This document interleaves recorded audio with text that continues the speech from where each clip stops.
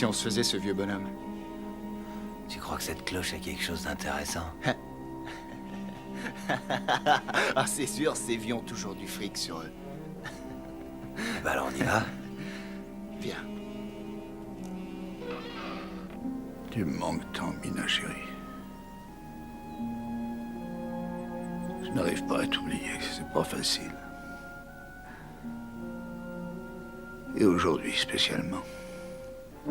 Allez, fais cracher la monnaie, vieux débris. Allez, sortez. Arrêtez! File ton fric. Hein? Mon Dieu! Protégez-moi! Prenez-moi, Hervé! Ton fric, allez, grand-père.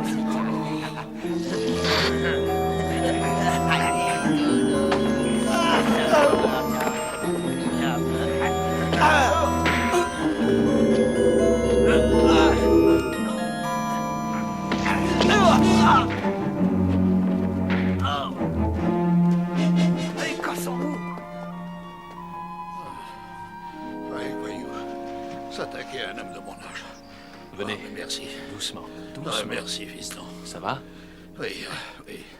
Ça va. Vous en êtes sûr? Vous n'avez rien? Ah, ça va bien, je me sens bien, très bien. Je me sens juste un peu courbattu et surtout mouillé. Allez, viens avec moi, on va prendre un café bien chaud. Oh non, merci, ça va, merci.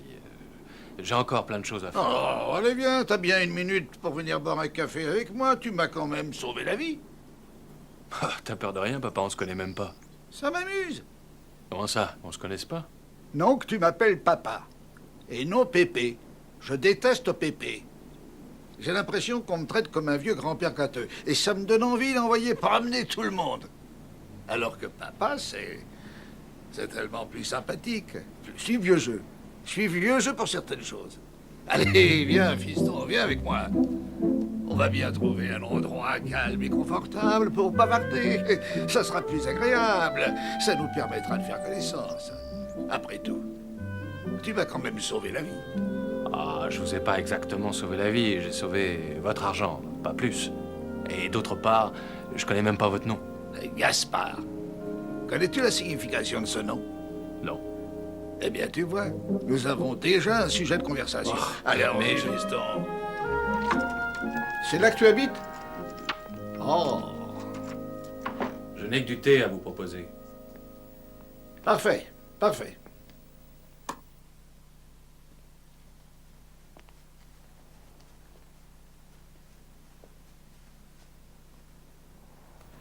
Oh, moi aussi, dans le temps, j'avais une bibliothèque bien remplie. Nous en possédions des milliers et nous n'avons jamais pu nous en séparer, même des mauvais. Oh, parfois, quand certaines personnes venaient chez nous, elles s'étonnaient de voir des livres et encore des livres. En fait, la plupart du temps, ces gens ne s'intéressent pas aux livres. Ils posaient toujours l'éternelle et stupide question. Avez-vous vraiment lu tous ces bouquins? Ha! Exactement comme si c'était une véritable perversion, telle qu'aller au bordel un lundi de Pâques. Bientôt, je ne pouvais plus entendre cette question ennuyeuse, et d'un seul coup, j'ai trouvé une réponse à leur faire. Quand ils disaient « Avez-vous vraiment lu tous ces bouquins ?» Je disais bien sûr que non. Qui voudrait avoir une bibliothèque pleine de livres qu'il aurait déjà lus? Gaspard. J'ai l'impression que vous êtes un solitaire. Vous êtes à la retraite? Certainement pas, monsieur. Je ne me sens pas assez vieux pour la retraite. Tu m'insultes? Je suis très actif. Vous faites quoi, si c'est pas indiscret? Oh... Disons, j'aide les consommateurs. Ah, je vois. Vous êtes une sorte de conseiller à la consommation, un peu comme... Oui. Ralph Nader. Oui, c'est exactement ça. Je surveille les produits, j'observe, je fais attention. Et si mon travail est bien fait, parfois il m'arrive de constater une différence. Vous étiez au cimetière pour voir un parent? En quelque sorte. Ma femme, Mina. Elle m'a quitté. Ça fera 20 ans en janvier. Mais elle était tout pour moi. On s'entendait si bien. Je crois que ce qui me manque le plus, c'est le dialogue. On parlait très souvent, tous les deux. Avant, j'allais la voir tous les jours. Mais maintenant, je n'y vais plus qu'un jour sur deux. C'est dur, ça me fait trop mal.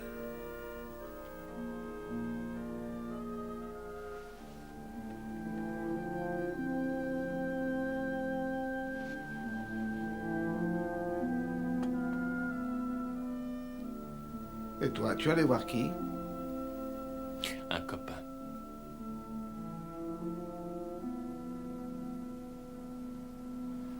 C'est l'heure d'aller travailler. Oh, qu'est-ce que tu fais? Oh, eh bien, je dirige un supermarché ouvert la nuit. Oh, ça doit être fascinant. Tu dois voir énormément de gens très bien qui viennent acheter un litre de lait ou des sorbets. Oui, du très beau monde.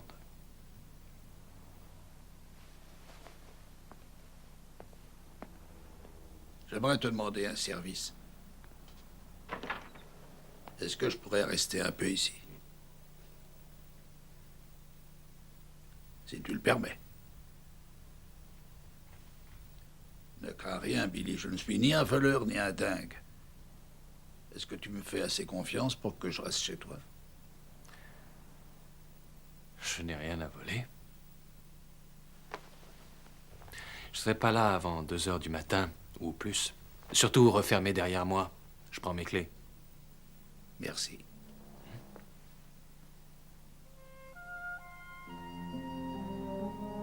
Je suis content de vous connaître, Gaspard. Je dois t'avouer que c'est réciproque, Billy Kenetta. T'es un garçon sympathique.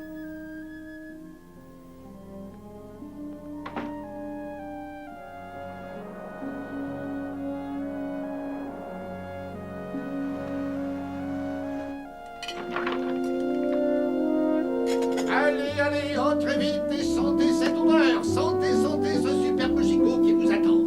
Quelques pommes de terre nouvelles, des petites carottes bien tendres et quelques champignons pour accompagner le tout. Ah, quel goût! C'est délicieux! Viens, Billy, assieds-toi. Viens! Mets-toi à table. Allez, tu t'installes ici. Assieds-toi. Qu'en penses-tu? Goûte-moi ça. Allez! M'attends pas! Attention, garde une place pour le dessert. Il y a du flan après ça. C'est bon. Ça t'a plu?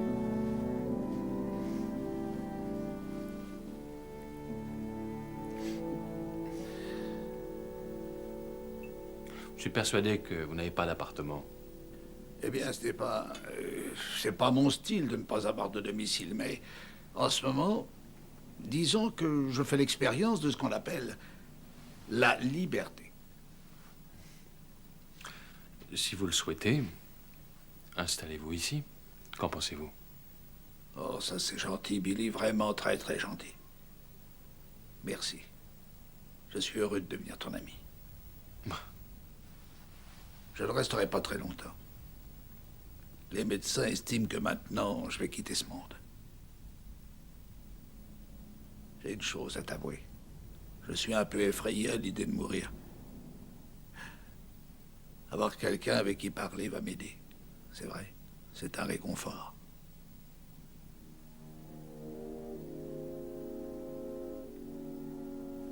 Au cimetière, j'étais allé voir un ami. Nous étions dans la même compagnie au Vietnam. De temps en temps, je vais sur sa tombe.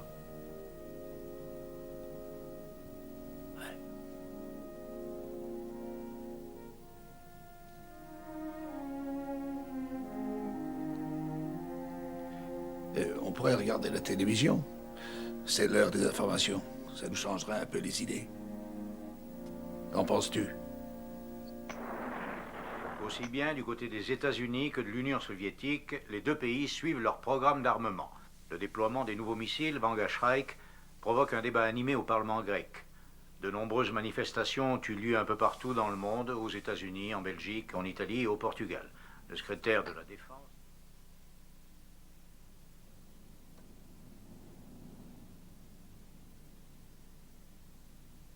Vous n'êtes pas le seul à avoir peur de mourir. N'aie pas peur de ça, Billy. Ça n'arrivera pas. Il n'y aura pas d'holocauste nucléaire. Crois ce que je te dis. Ça n'arrivera jamais. Jamais. Jamais. Ça, jamais. Peut-être. Comment en êtes-vous si sûr, Gaspard? Vous avez votre réseau d'espionnage privé?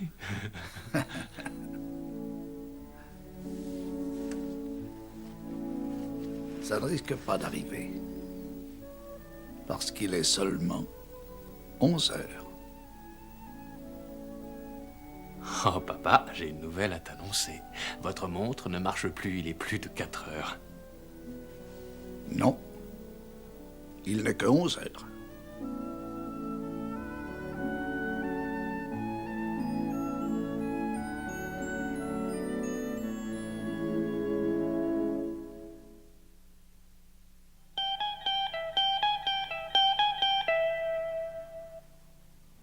Je t'invite au cinéma. Mais pas un film avec Karen Black, ou Sandy Dennis, ni Meryl Streep. Elles sont toujours en train de se lamenter sur leur propre sort. J'ai horreur de ça.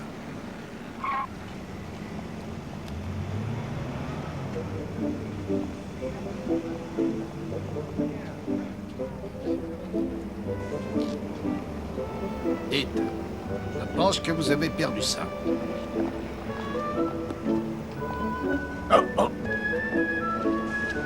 T'es cinglé ou quoi? Gaspard, venez. Pourquoi avez-vous fait ça? Vous êtes dingue? Non, pas du tout. Oh, mais si, c'est de la folie. Ce gars aurait pu vous arracher la tête. Pourquoi faire ça? Vous êtes dingue.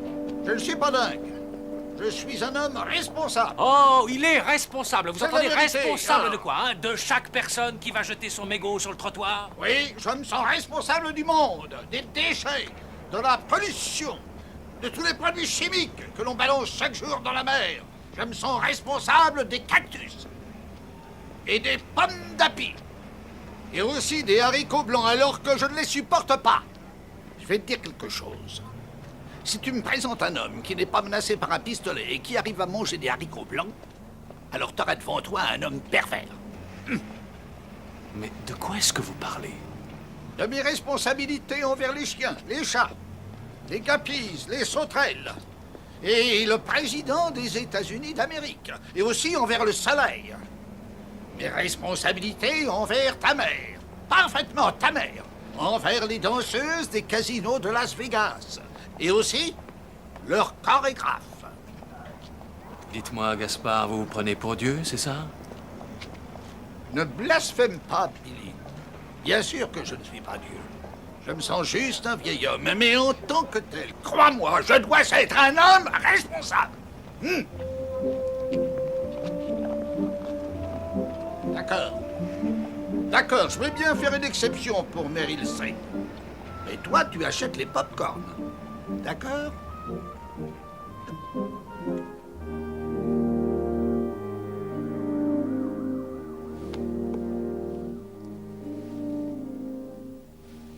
Tu sais, Billy, j'ai beaucoup réfléchi sur ma mort. J'aime ce que vous dit Allen dit. Quoi? Il dit, la mort ne me ferait pas, seulement je ne veux pas être là quand ça arrivera. La mort ne me fait pas peur. La seule chose, je ne veux pas quitter totalement Mina. Ces heures que je passe auprès d'elle, à parler avec elle. Ça me donne l'impression qu'on est toujours ensemble.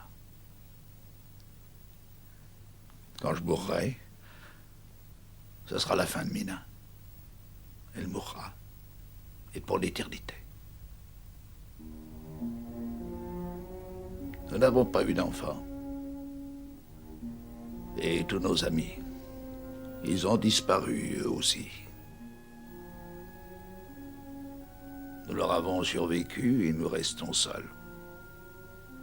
Nous n'avons rien fait d'assez important qui puisse marquer la mémoire des gens alors.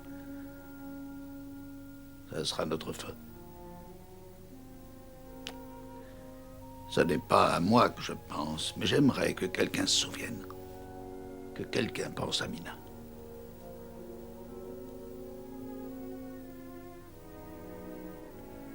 C'était une femme merveilleuse, tu sais.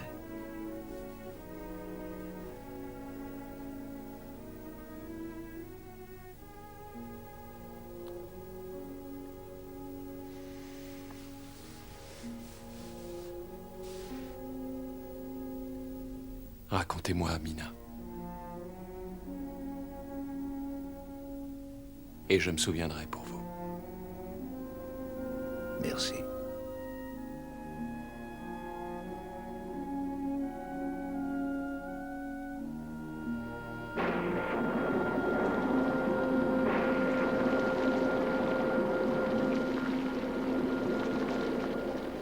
Moi, dans ma vie, j'ai jamais eu de responsabilité pour quoi que ce soit.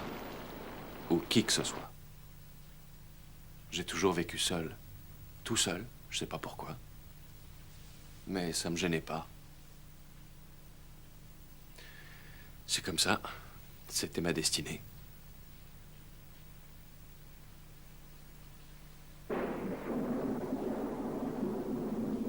Je l'ai jamais connu, lui.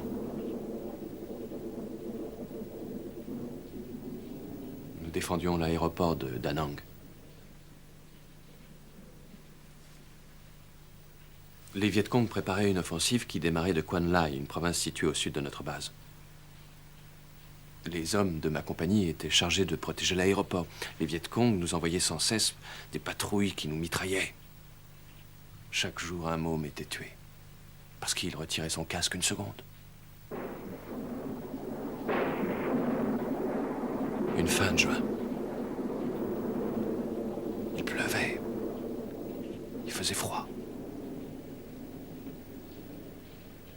C'était un vrai déluge.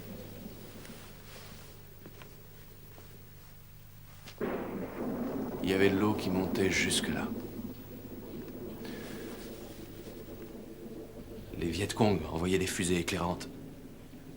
Ils tiraient des balles traçant le ciel. Le ciel était rempli d'éclairs. Et alors j'ai couru, je cherchais à me planquer quelque part. D'un seul coup, j'ai entendu bouger. J'ai regardé, j'ai vu deux hommes qui avançaient vers moi. Ils m'ont pas encore vu. Ils avancent vers moi, ils sont tout près. Ils ont de longs cheveux noirs et ils portent un uniforme bleu. Ils se rapprochent de moi. Et ils ouvrent le feu. Je prends ma M16, j'essaie de l'armer pour tirer. Impossible, elle est bloquée. J'enlève le chargeur pour en mettre un autre quand, tout à coup, je sens un AK-47 pointé sur moi. Alors, tout s'arrête autour de moi. Là, ils me tiennent et ils vont me descendre.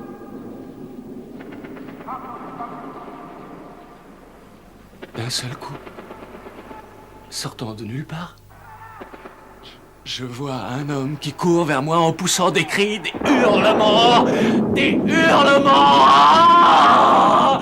Ah! Son corps rebondit comme un ballon que les balles transpercent. Il a des flaques de sang, plein de sang. Je suis couvert du sang partout. Des morceaux de son corps flottent sur l'eau. Des morceaux de son corps flottent sur l'eau. Calme-toi. Ah! Non!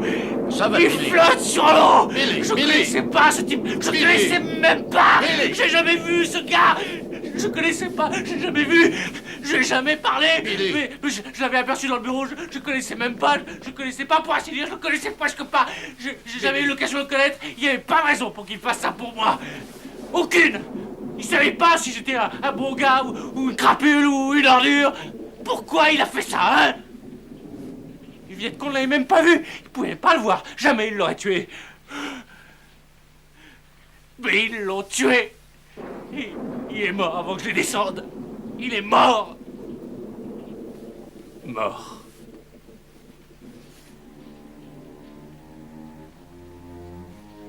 Mort avant que j'ai eu le temps de lui dire merci ou... Merci.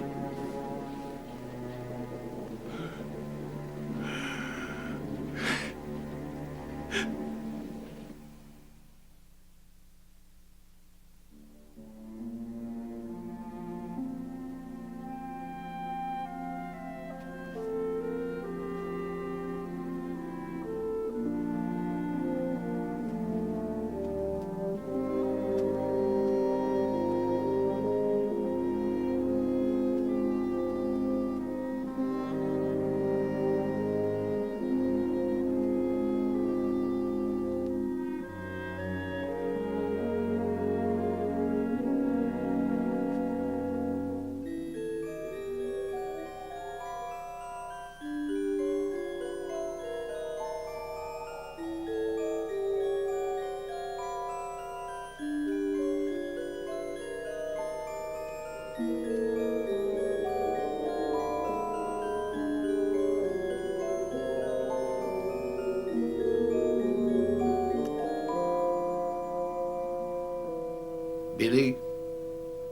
sais-tu ce que Gaspard veut dire?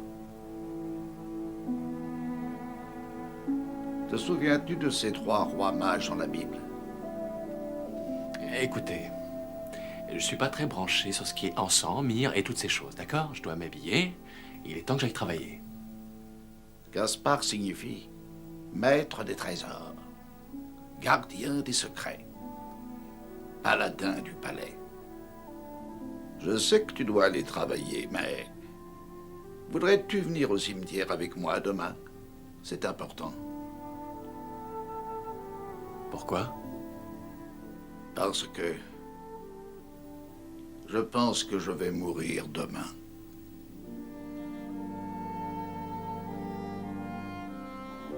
Billy, est-ce que tu te souviens d'un livre qui s'appelait Les Horizons perdus de James Hilton? Ou alors du film? Oui. Ah. Est-ce que tu te souviens aussi de ce passage où le grand lama décide de céder le pouvoir de son royaume magique, Shangri-La, à Ronald Colman, hein? Oui, je m'en souviens. Je me doutais que tu y serais sensible.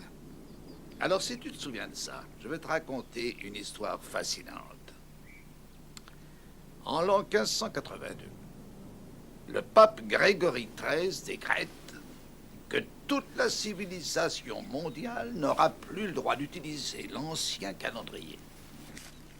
Le 4 octobre 1582, le lendemain,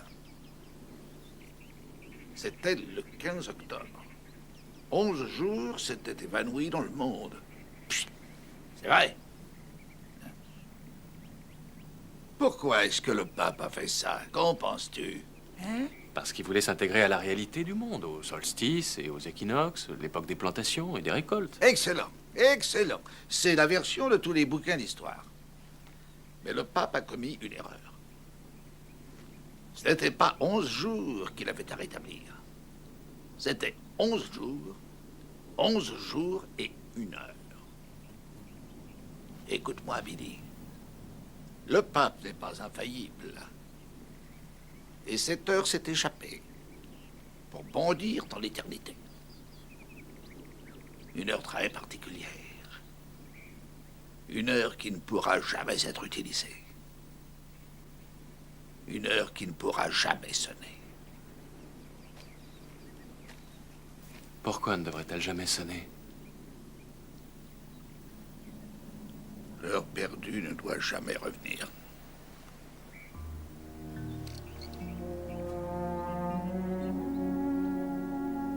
Si minuit sonne, la nuit éternelle tombera. Ce sera la fin. Et ce sera sans retour. La lumière, le vent, les étoiles, tous ces endroits magnifiques, tout ce que nous appelons l'univers, tout sombrera. Et l'univers attendra. Et attendra encore d'être englouti à tout jamais par une nuit sombre. C'est l'éternité.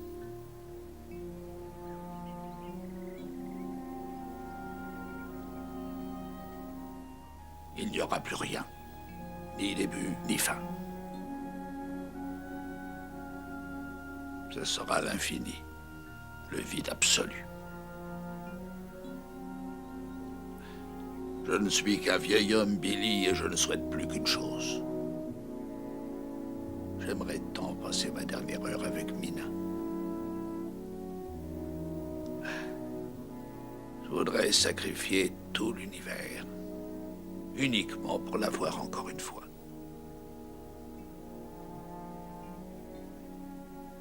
Je voudrais.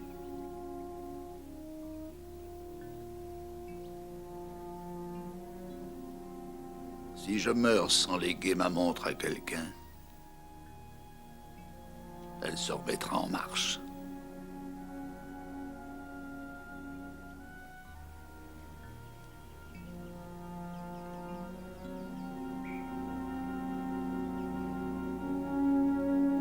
Oh non.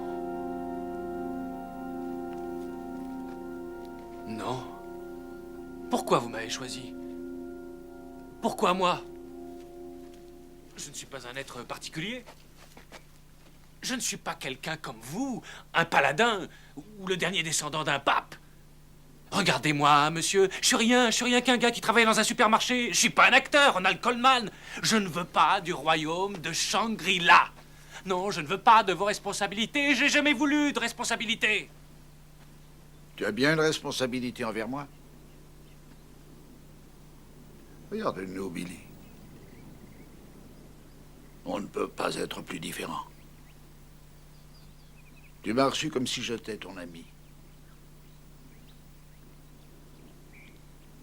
Je sais que tu es un homme de valeur. Mais oui.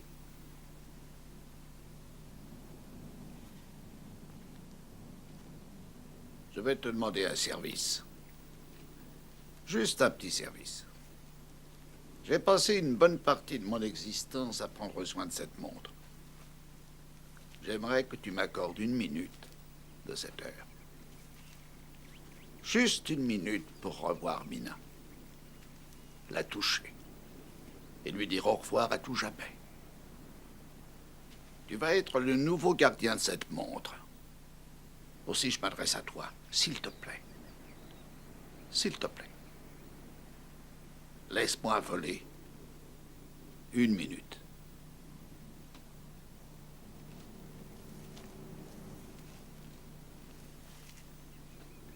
Ça ne serait pas bien, et vous le savez.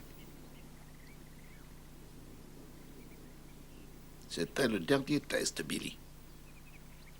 Et tu l'as très bien réussi. Tu savais bien que c'était une épreuve, mon ami. Cette heure, je ne pouvais pas la confier à n'importe qui. Je suis heureux. Mina et moi n'avons pas besoin de cette minute.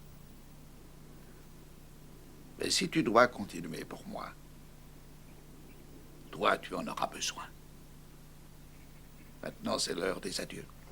Et je vais t'offrir mon cadeau. Regarde.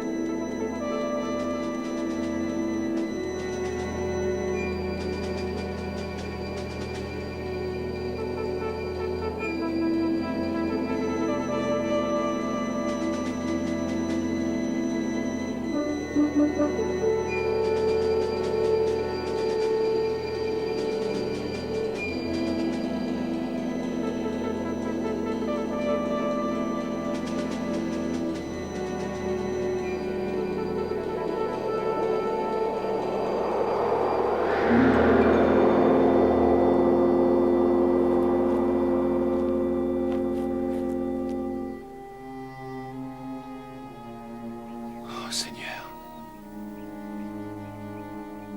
Gaspard. Gaspard.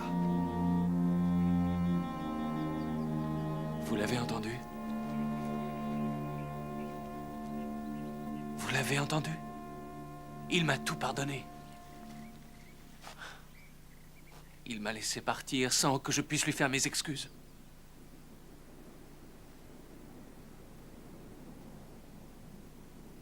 Vous l'avez entendu? Il ne savait pas que j'étais avec lui dans ce guêpier. Il ne savait pas qu'il m'avait sauvé la vie. Je lui ai dit merci et il disait non, merci. Grâce à toi, ma mort n'est pas inutile. S'il vous plaît, ne mourrez pas encore, Gaspard.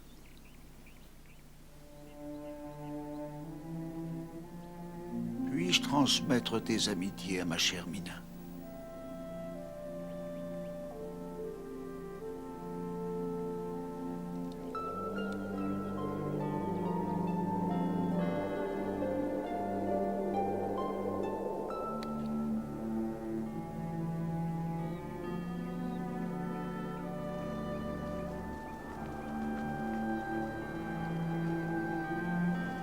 Comme un vent qui souffle à travers l'univers, le temps emporte les noms et les actions des grands ou des petits. Mais tout ce qui reste de nous subsiste dans la mémoire de ceux qui continuent de penser à nous. Une prophétie datant de l'Égypte antique nous dit que les dieux soient entre vous et le mal durant tous les moments vides que vous traverserez au cours de votre existence.